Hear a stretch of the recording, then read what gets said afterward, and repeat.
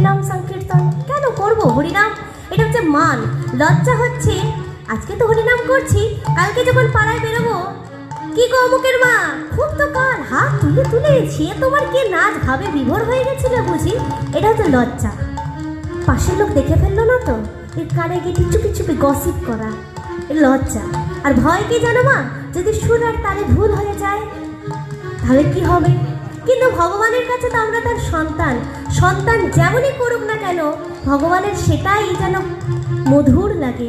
আপনার সন্তান আপনার সামনে যদি খুব খারাপভাবেও কিছু একটা করে, হয়তো সে নাচতে পারে না তাও নাচে, তাও বলে দেখেছো আমার ছেলে, এটা হচ্ছে ভগবান। ভগবানও তার সন্তান যেভাবেই করে তাতেই কিন্তু তিনি খুশি হন।